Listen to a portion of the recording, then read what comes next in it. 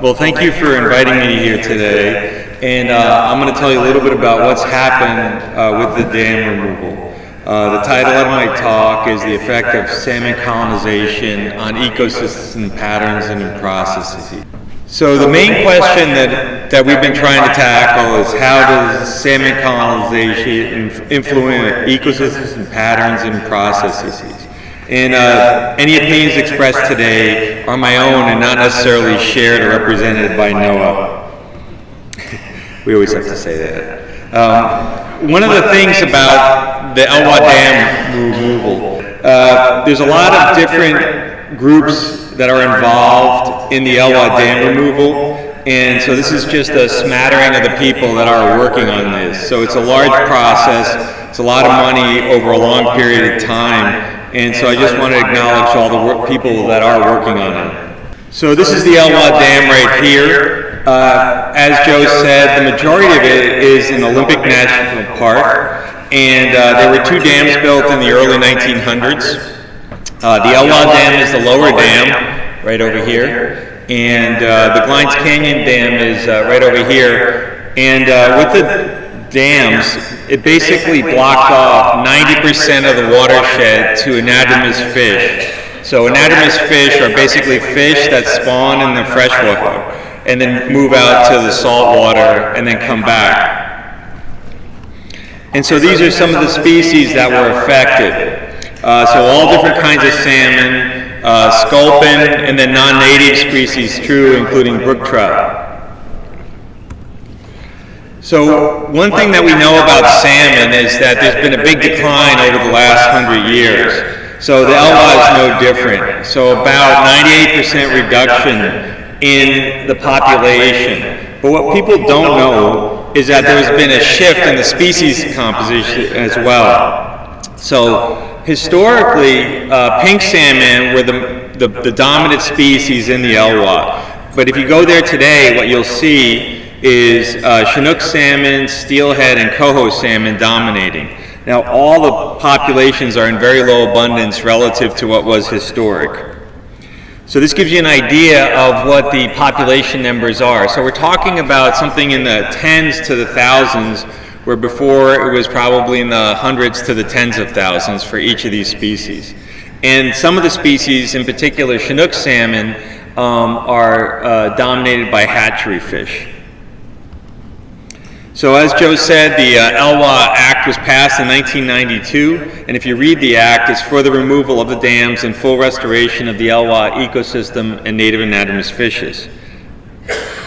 So 20 years later, we started actually removing the dams, and this is just a photograph of what the dam removal looked like in March of 2012, and this is in November of 2012 at Glines Canyon. So I'll talk a little bit about the dams themselves. But before I do that, I'm going to talk a little bit about the biggest issue that surrounded this dam removal was what's going to happen to all the sediment. So about 20 million cubic meters of sediment accumulated in the reservoirs over that time period from when they were built to 2011. And the majority of this sediment was finer material, sand or less, and then a minority was coarser material. And about 40% of it was predicted to erode downstream. So this photograph here, it just shows you what the delta looks like in the upper reservoir. So there was a lot of predictions. Suspended sediment levels would be really high. There'd be temporary deposition of the finer material in pools in the main river. There would be a connection of the main river with the floodplain because the bed of the river would actually build up in a grade, and then we'd actually see the establishment of a beach in the estuary. So I'm going to focus on this general question of what has occurred with the removal of the Elwha River Dam. So I'm going to talk about it two ways. The first way I'm going to talk about it is by location. So I'll tell you a little bit about the dams and the former reservoirs. I'll tell you a little bit about the near shore and then the river ecosystem. And then I'll talk about the processes, so how sediment has moved and been routed through the system, and then how fish have recolonized it. And then I'll touch upon how these two processes have affected things that we see. The revegetation of the reservoirs, the food web itself in the river system, and then linkages to basically terrestrial animals such as birds and river otters. So this is what the Elwha Dam looked like in September of 2011 when they started to take it down. Again, it was completed in 1912 and it was about a little over 100 feet high. And then if you think about it in terms of sediment, there was about 5 million cubic meters. So you can see from this graphic, it was about the size of, the amount of the Empire State Building and an Olympic oval track. And the majority of that was silt or clay. So the dam removal started in September of 2011, and then by April of 2012, the dam was gone and it was passable. And the way that the dam removal worked was that they would actually take the dam or the river and create a cofferdam upstream and shunt the water to one side while they deconstructed the other side. And so they flipped back and forth, and eventually you can see here the river's on one side and then the river's on the other side. And then eventually it was passable. So the Glines Canyon Dam was a lot more of a process because it was twice as big, about 200 feet high, and it had a considerable amount of more material behind it. So about almost 16 million cubic meters of sediment. Again, you can see the Empire State Building here, so we're talking about quite a bit of sediment. And the dam removal process really was driven by how sediment would move downstream. So this one was a little bit different. This one, you couldn't necessarily go from side to side, but what they did is they basically brought in a 5,000-pound jackhammer here on a floating barge that would go back and forth and basically take down a couple feet of the dam each day. You talk about OSHA issues with that guy right there. So anyway, it was not exactly an easy task, but eventually they got the dam down to this point where they had to actually detonate and basically blow portions of it up. And then by May of 2014, by the fall of 2014, the dam was actually the former dam site was passable to fish. So again, like I said, they had to use explosives in parts of it. So one of the main questions was, how has the sediment supply changed? So what I'm showing you here is on the x-axis is just date. The light blue is the suspended sediment levels below the dam, and the black is the suspended sediment levels above. So within 1 year from the dam removal beginning in the Elwha Dam to the dam removal ending, we had about 8% of all the sediment mobilized. And this is just sediment basically from the Aldwell Reservoir or the lower dam itself. Now, Lake Mills was gone, and that's the upper reservoir where the majority of the sediment was. And so once Lake Mills was gone, so this was filled with water. Now once it was gone, this whole area could then be eroded by the river. And that's really where the majority of the sediment was and is.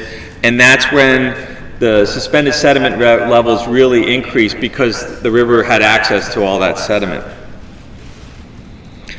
So about 40% of all the stored sediment has been released to date, and this is the stored sediment in Mills Reservoir, the upper one, and here's the one in the lower reservoir. And you can see that the majority of it, the different coloration is how much is there versus how much was actually released. Or sorry, that's incorrect. It's the two different reservoirs. So this just gives you a visual of what it looks like. So water is flowing from the bottom to the top here, and this red circle is the Boulder River coming in. So I just want to kind of give you guys a visual of what this looks like on the ground. So you can see as the reservoir kind of goes away, as the dam goes down, the river starts to show up. And so this is what Boulder Creek looked like in September of 2011. So water's flowing away from you here, and the main river is flowing away from you from right to left. So if you were standing at this spot in September of 2011 when they started the dam removal, this is what it looked like. And this is what it looked like in January 2012. So the former forest floor is right down here. So it downcut quite a bit because the base level was dropping at a relatively rapid rate. So I'll just give you another vantage point for this. In September of 2011, this is what the former Aldwell Reservoir surface looked like. So this is the same location that Joe showed you where his wife was standing, was probably somewhere out over here. But this is what it looked like in September 2011 when they just started the dam removal and the water's flowing towards you here. If you go out in January of 2015, this is what it looks like. So you can see all this wood that is accumulated in this reservoir area, and it's stacking up against some of those old tree stumps that Joe showed you there. So a lot of the sediment has now eroded, as you can see. And this is what some of the tree stumps look like. So you can see where the reservoir surface, or where the sediment bottom was, and this was obviously below that. Probably one of the more dramatic places where we've seen really considerable change is the mouth of the Elwha. So here's the mouth of the Elwha. This is the Strait of Juan de Fuca right here. And I'm just giving you that yellow circle as an indicator just so you can see where you are. So what the USGS predicted was that the majority of the sediment would actually move eastward with the long shore drift towards Port Angeles. And that a good portion of it, though, would actually stay right here at the mouth, and then some of it would move westward. So this is what the strait looked like during the dam removal process. You could see there's quite a bit of sediment coming from the Elwha. However, if you had a boat and you just kind of drove through this, the water would clear up because the majority of the sediment was much finer material at that time, and it's really just suspended in the water column. It wasn't exactly dropping out at the mouth. But eventually it did. And so if you were standing here before dam removal, you could basically walk out 2 kilometers now into the Strait of Juan de Fuca. So you can see where the shorelines have increased over time. So here in 2011, and by 2014 is over here. And these are now becoming tidal channels. So tidal influence used to go all the way up to here. Now it basically goes up to here. So there's been a really dramatic change in this area. There's actually a Dungeness crab fishery for the lower Elwha tribe that's occurring already down here. So they're seeing really dramatic changes in that area.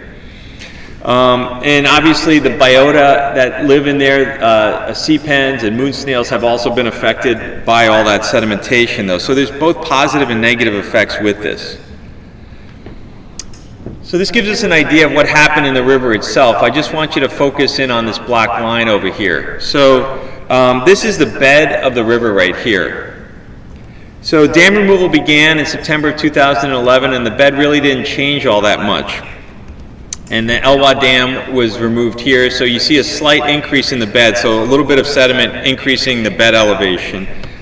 But as I showed you before, once that Mills Reservoir area was butting against the former dam site, that's when the sedimentation really occurred in the river itself. So it increased in bed elevation by 1.5 meters in some places.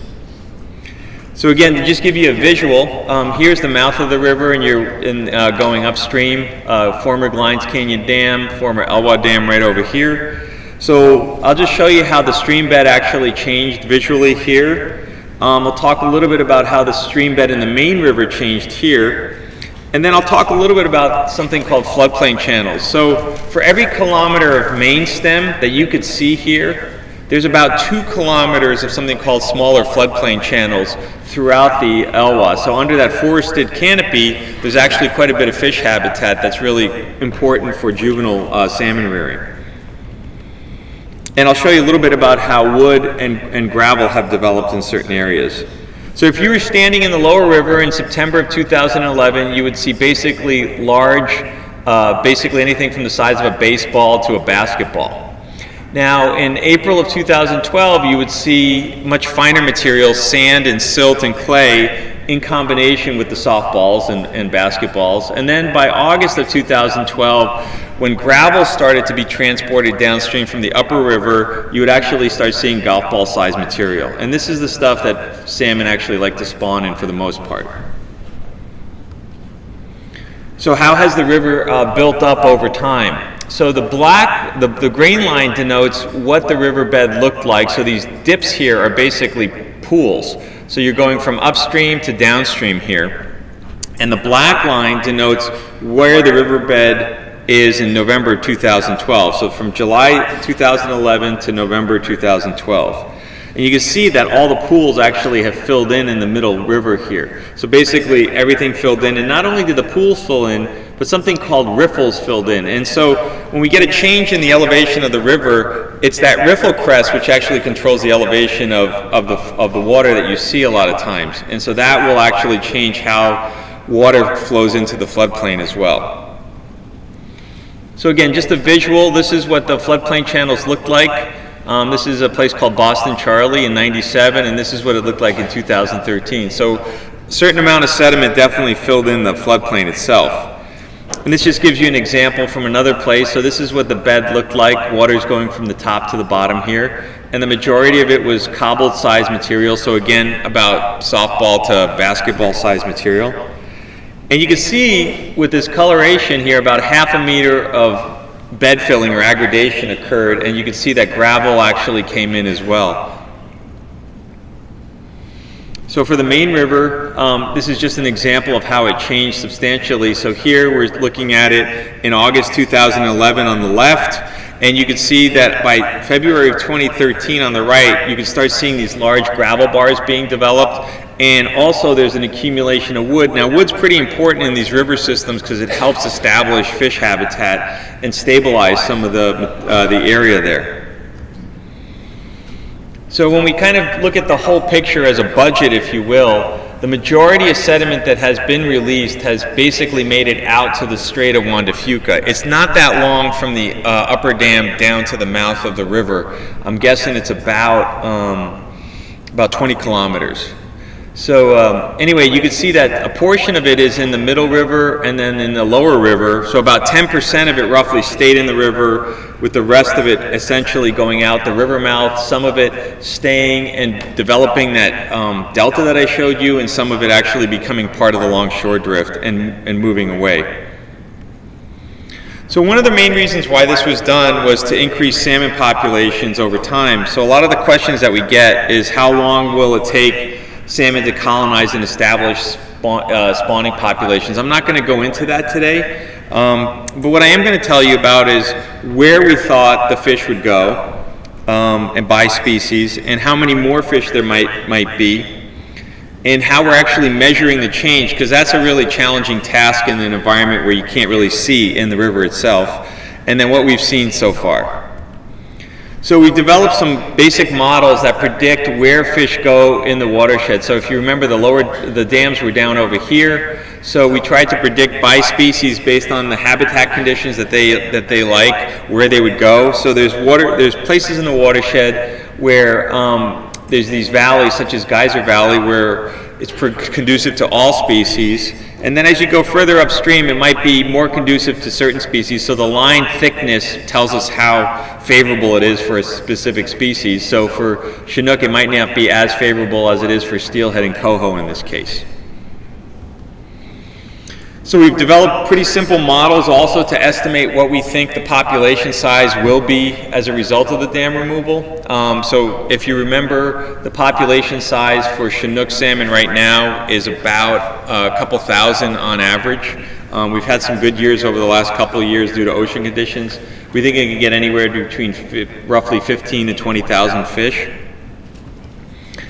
And again, one of my jobs is to figure out how we actually measure this, and it's challenging because of a couple of reasons. One is we don't have a lot of species of animals in the Northwest, but what we do have is animals that come in at different times, and they have different life history strategies. And so we have to measure actually what occurs by their different life stages. So this is the adult life stage for salmon. So when we look at the different species that we have, they're coming in at different seasons, and we have different flow conditions, and so that means we have to use different methods to actually measure how many of them there are. So for Chinook salmon that are coming in the summer, for example, it's a little bit easier because the water is low and clear, as opposed to now when steelhead might be coming in when the water is high and more turbid. So one of the ways we're measuring fish returning is using sonar, so basically sound waves. And these little devices cost an arm and a leg. This one's about $80,000, I think. So there's a high initial cost, but the benefit of having something like this is that you actually get pretty accurate numbers. And we're able to put it down low in the river, so we have two sites here because the river is split into two channels down here to actually measure how many fish return and are spawning in the upper watershed. So this is what one of the sonar sites looks like. This is a weir to kind of push the fish to a certain area so that when we actually send the beam out, it's only covering a certain amount of area. And this is what the data actually looks like. So this is the number of fish passing with these bars in each day, and then the line basically denotes the total number over time, or the cumulative. And you can see that we have these dark bars here, and what that means is that something occurred, whether the sonar wasn't able to work, whether the flow was too high and we have to get it out of the river. You don't want to see an $80,000 piece of equipment floating downstream. That's definitely something you don't want. So, and that's something that we have to really take care of. But what's really nice about this is that we're actually getting accurate numbers. And we're also able to put error bars around those numbers. And I know that doesn't sound like a big deal, but in our business, there's a lot of uncertainty in measuring fish. And the joke is fish are just like trees to measure, except you can't see them and they move all the time. So that makes it pretty challenging to actually come up with a population estimate.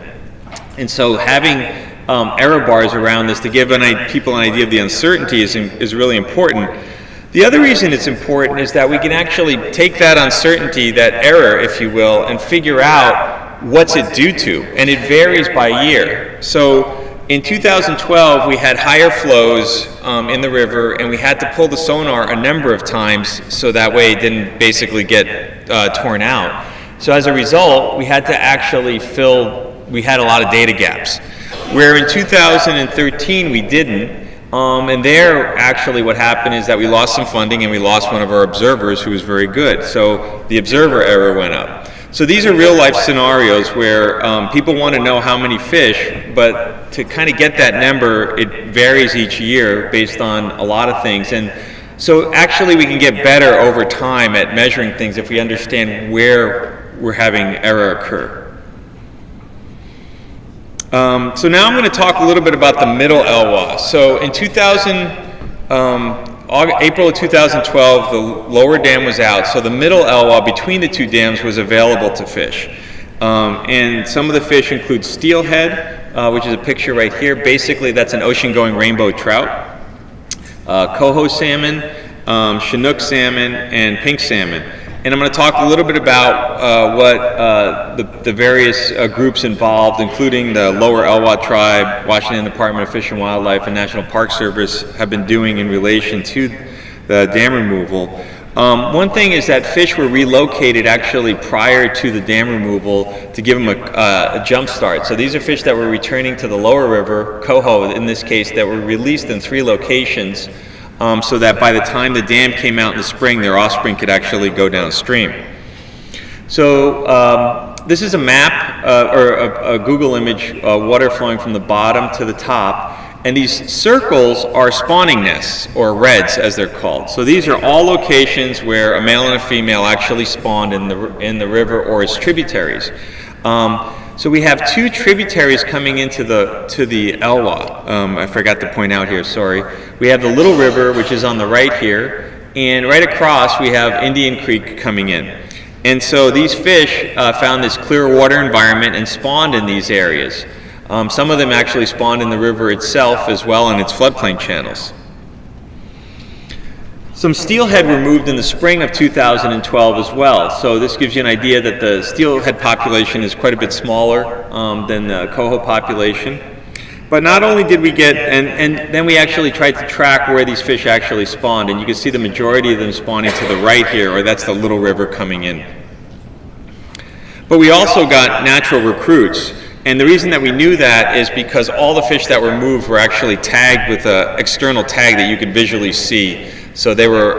So these are fish that actually, within a couple weeks of that lower dam coming out, found their way into the Little River and also Indian Creek. And this is actually a female digging her nest right here. So Chinook salmon, which were kind of considered a prize fish at the time before dam removal. There's stories and lore about the big Chinook that used to return to the Elwha up to 100 pounds. So one of the things that occurred since the dam removal is that we've seen quite a few Chinooks spawning in the middle Elwha. So here's where former Glines was, water's flowing again from right to the left. And the red dots denote the 2002 spawning nests, and the black dots denote the 2013 spawning nests. And so it just gives you an idea of where these fish actually spawned and at what density. So you can see that there was quite a few spawning nests in that middle Elwha. So the population levels for Chinook have rebounded, not necessarily due to the dam removal. It was just somewhat fortuitous at this point where we had good ocean conditions, and the number of fish that returned were the highest we've seen in about 20 years. So, you know, where the typical average was around 2,000, the last 2 years we've seen it around 4,000. So that's good news for the Elwha, because then these fish have an opportunity to spawn naturally in the middle river. So this gives you an idea of how the number of nests have increased over time in the middle river by species. Again, going from 0 in 2011, and then 400 up to about 1,400 this last year.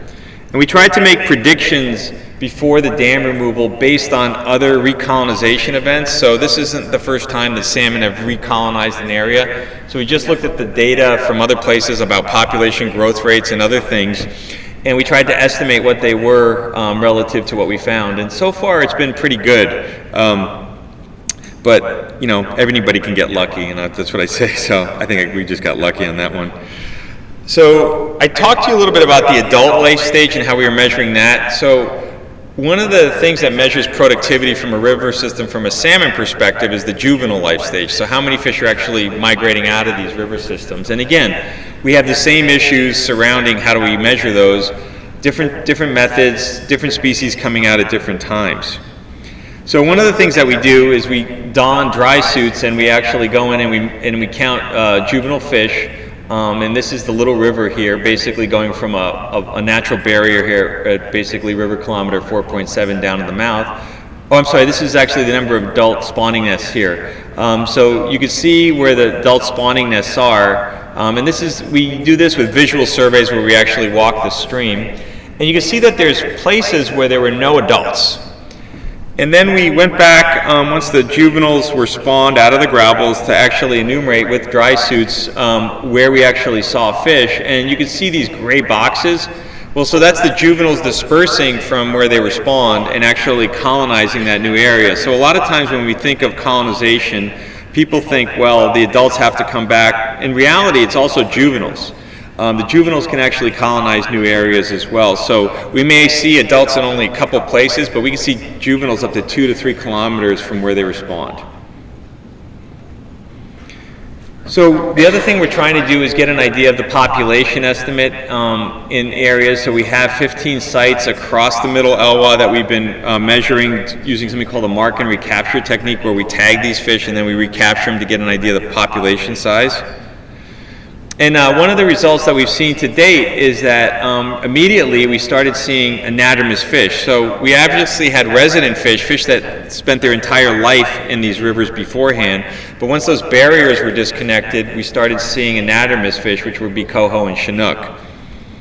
And it gets a little fuzzy with the rainbow and cutthroat because their life history can go either way. In other words, a rainbow trout can stay and be a rainbow trout for its entire life in freshwater, or it could become a steelhead. So, but at the bottom line is about 20% of the fish that we saw, and probably more, were anadromous right away. So we're trying to measure, another thing we're trying to do is measure when they go out to sea. So we're trying to measure when they reside in the freshwater, and this is just a very simple schematic of the Elwha flowing from left to right in this case, and here's Little River and Indian Creek. The red dots denote something called the screw trap. And basically this is a floating barge in the river that has an Archimedes screw on it, that when these fish are migrating out as something called smolts to the sea to rear in the salt water, we actually trap them and we can actually count how many are coming out. And one of the things that I mentioned before is that with salmon and where we live, we don't have a lot of species, but we have something called life history strategies. So if you're a coho salmon, for example, juvenile, you could stay up to 1 year, and most do, in the freshwater before you go out for 18 months or so and come back as an adult. Or you can go out immediately, right coming out of the gravels as a fry, and move out. And the environmental condition of the place will actually dictate what you do. So what we see here are the two creeks, Indian Creek and Little River. And you can see that in Indian Creek we have about the same number of something called fry per spawner. So this is the number of little ones that are going out before not residing for more than a couple months out to sea, and then the number of spawners we have, and then these are smolts. So these are fish that are much bigger. So the little ones are about 35 to 55 millimeters going out. The bigger ones are about 100 millimeters going out. But what you can see here is that it's very different in Little River than Indian Creek, where in Little River we see a lot of these fish going out right away. And so the average across the Pacific Rim is somewhere about here for migrating fry and about here for smolts. So then why do these animals do this? Why do you do different things? And the reason that they do different things is that they don't know necessarily, from a population perspective, what life history strategy is going to succeed. And so you're not putting all your eggs in one basket. It's kind of like a portfolio for stocks. You don't put everything in one thing. You do a couple different things. So that way you're building some resilience in case something happens. And nature does the same thing.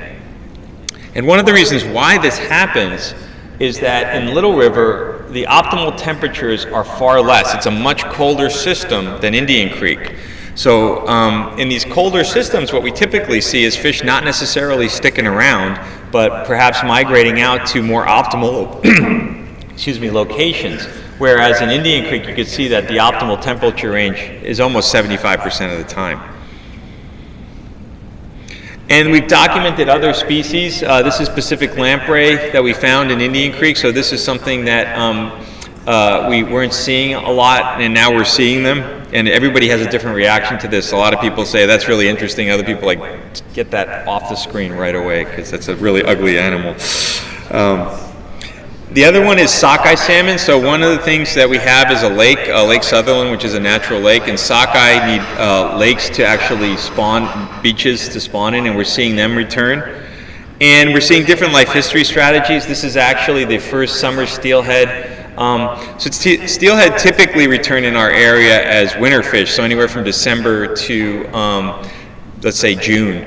And this fish, we have something called the summer steelhead, which would return sometime in the fall and spend the entire winter in fresh water before it spawns in the spring. And this is one of those fish, actually, in Little River.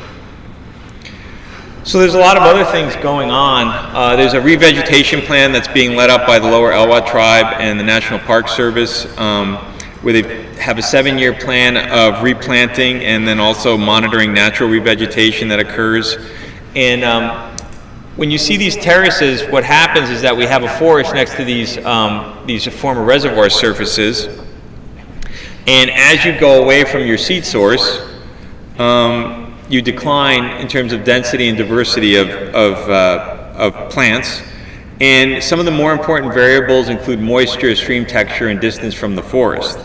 And Josh Chenoweth and Michael McHenry have been leading this effort up. So this gives you an idea of what's happened over time from 2012 to 2014 in the finer material. So anywhere we have finer material in the reservoir, it seems like the bare ground has decreased considerably.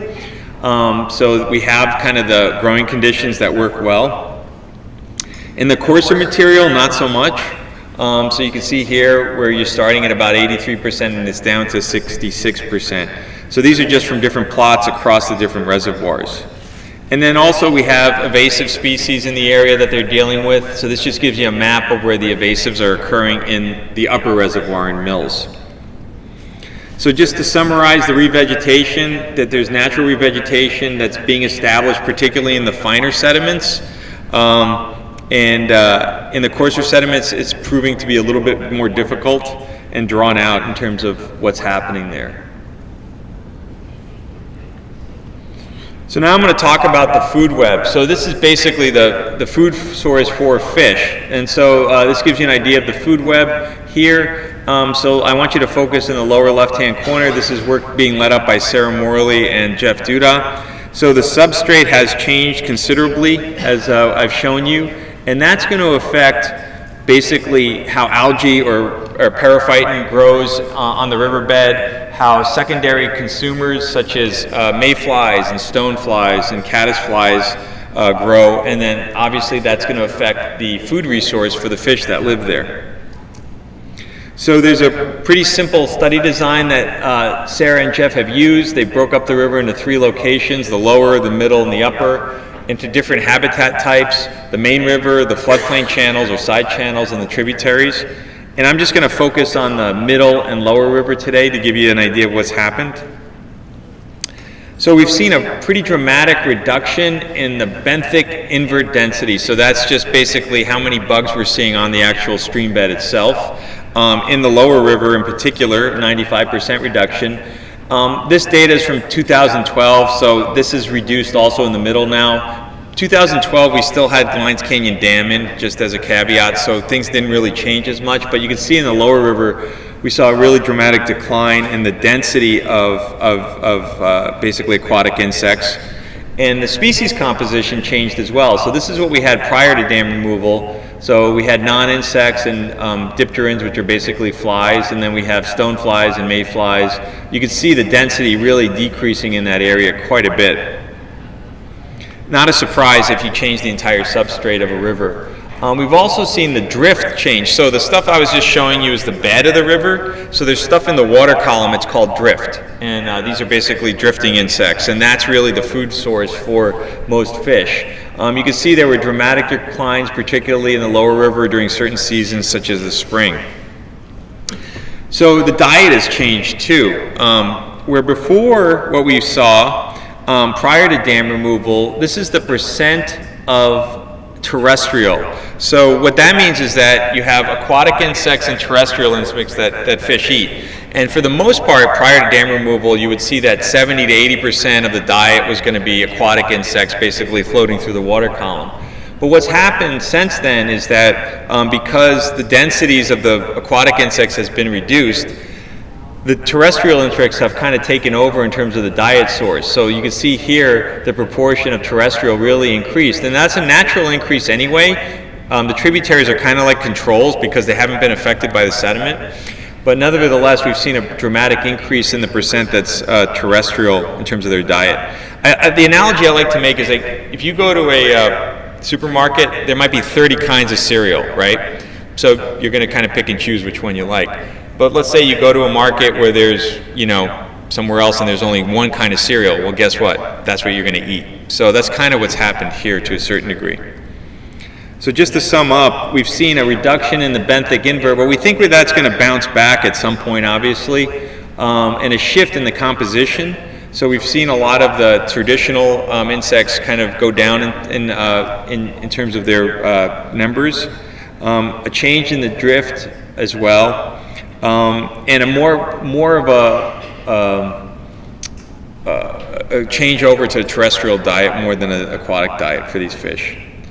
So some of the coolest stuff that's happened is because of the salmon coming back and something called marine-derived nutrients. So these are nutrients of nitrogen and carbon that have a signature from the ocean, heavier isotope signature, and some work that's being done by Chris Tonra looking at how dippers, which basically live along the river, have been affected by this.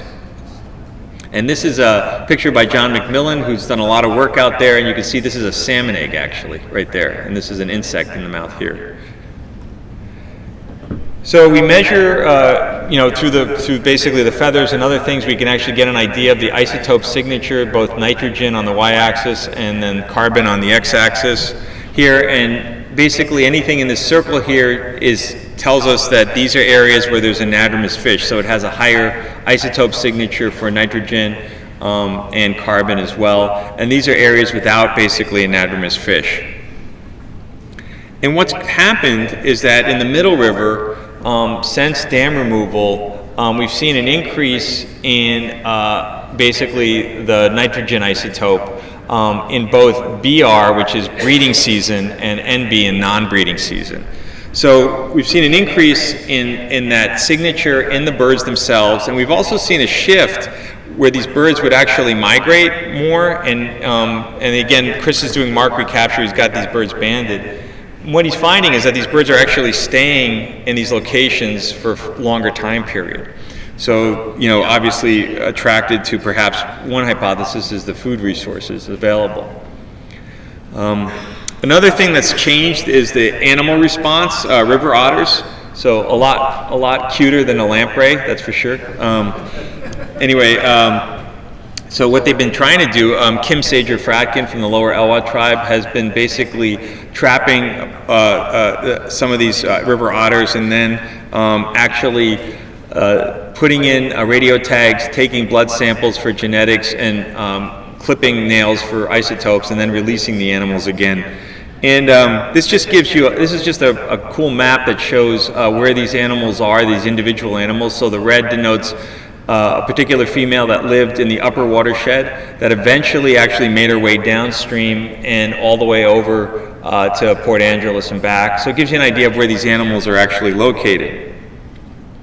And so what we're seeing is that you're seeing a different isotope signature as a function of how much time these animals spend in the different ecosystems. So the upper right here are basically otters that use the Strait of Juan de Fuca as well as the Lower Elwha, so they constantly have a marine food resource. The bottom left here are just the river otters that stayed above the dam, and then we've seen a shift of those animals somewhere here in between where they're starting to utilize that. So we're seeing a change in that isotope signature as well. So just to sum up for you, the dams, basically the dam removal is complete, and about 40% of the total stored sediment has been released as of 2013. That I can never give you an accurate number because it's constantly changing. But that's what it was as of October 2013, so probably more than half now. Reservoirs are being revegetated both naturally as well as with restoration efforts. The biggest, most dramatic habitat shift has been this prograding delta. So now we have tidal channels where we haven't had those before or haven't had them in 100 years. About 10% of the sediment is stored in the main river itself. The riverbed is built up about 1 to 2 meters, and the floodplain channels have filled and have accumulated sediment. We've seen adult salmon make it past the Elwha Dam site, and actually we've seen at least 4 Chinook make it past the Glines Canyon Dam site. So we actually had fish this fall. As soon as the dam was out, we had some fish move above there. And so we're seeing an increase in the number of spawning nests in the Middle River. We're seeing juveniles dispersed to new habitats. And we're seeing the salmon productivity varying as a function of the environmental condition. Remember I mentioned to you the stream temperature idea and how that affects life histories. And then we're seeing new species being documented in new life histories. And then for the re-veg, we're seeing more success in the finer sediments. It's taking longer in the coarse sediments. And then the invasive species thing is something that they're trying to get a handle on as well. We've seen a shift in the food web, a reduction in the bugs on the stream bed, as well as in the drift or in the water column, and we've seen a shift in terms of what these animals are eating to more terrestrial prey. And then we're seeing the terrestrial food web affected, both dippers, so there's nitrogen pathways both for during breeding season as well as non-breeding season, and then we're seeing how river otters are actually affected by the change as well. And with that, I can take any questions, so thank you.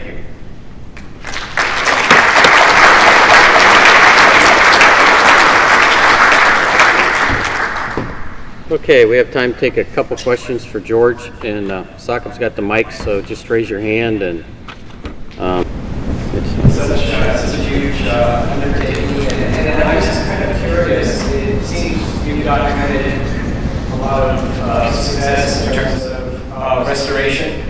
So I'm wondering if other dams, watersheds, and other parts of the country starting to evaluate the utility of the dam itself, and then kind of thinking about breaking the dams. Yeah, so, do you want me to repeat the question, or did everybody hear it? I think they got it. Okay, so actually dam removal has been going on for quite some time now, in the last about 10 to 20 years, and actually in your state of Wisconsin there's been quite a few dam removals. Much smaller dams, low-head dams. So the thing about the Elwha that's a little bit different is that it's a much larger dam, 100 to 200 feet. Most of the dam removal that has occurred have been dams that have been like maybe 10 to 15 feet or lower, in terms of size.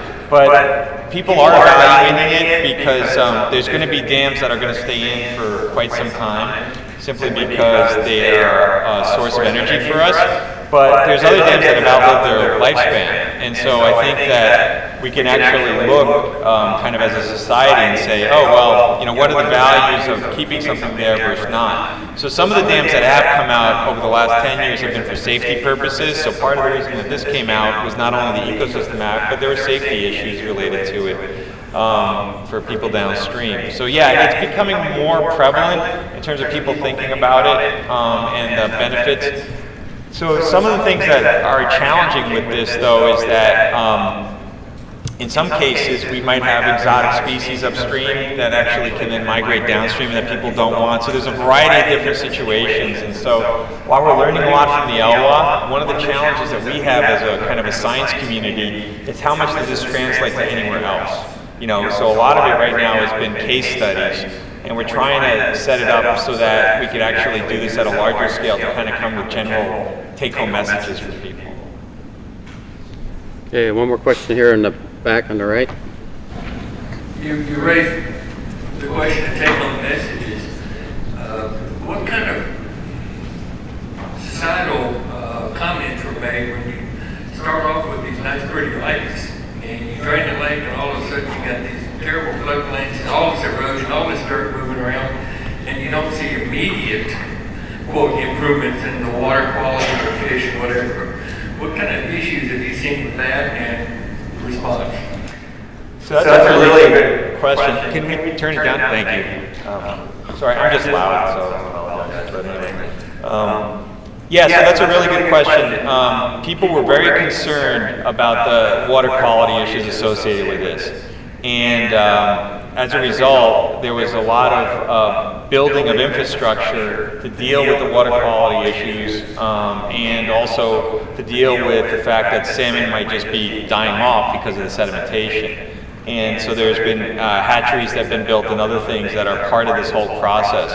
I think what we've learned today as take-home messages, at least for this place, is that we have a relatively clean source of sediment because it's coming from a national park. So it's not like upstream there was pulp and paper mills that for years were kind of putting things into the sediment and other things, and now that's being released. So relatively cleaner source of material. We've seen that the river, because it actually has a floodplain connected to the main river, and it still has a somewhat forested environment, was able to handle a lot of that sediment quite well. So in other words, the capacity of a river system to mobilize the sediment and to store the sediment has been much higher than what people thought.